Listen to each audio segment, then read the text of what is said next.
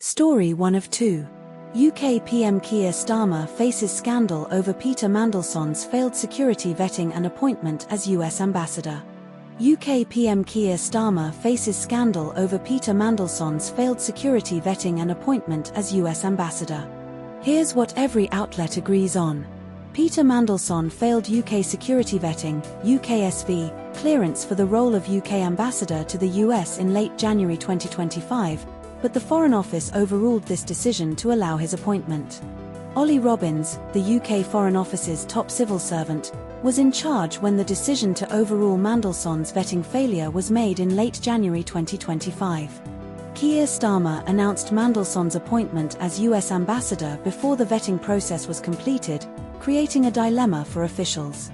Mandelson was appointed as UK ambassador to the US in February 2025 and later sacked in September 2025 over his links to Jeffrey Epstein.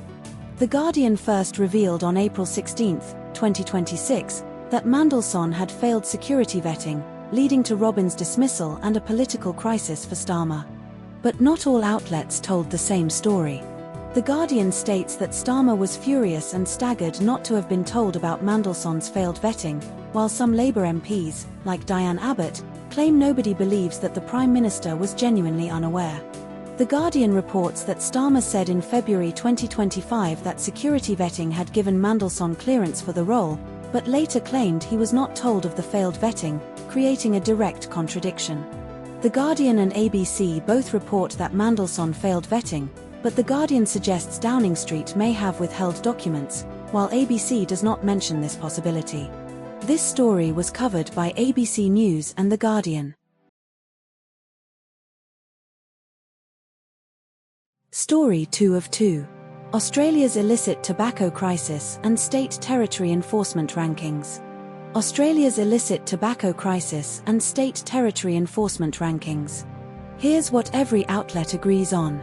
The Northern Territory was ranked last, 8th, in Australia for tackling illicit tobacco in the ACOSH report published April 19, 2026.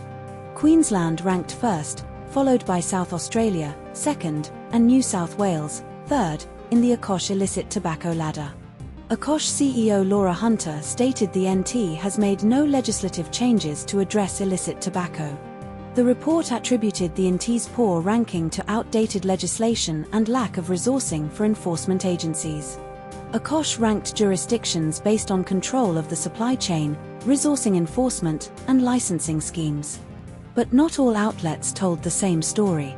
ABC states the NT was ranked 8th in the report, while Newscomau describes the NT as well off the pace and 7th and 8th on the list, implying a possible misinterpretation of ranking order.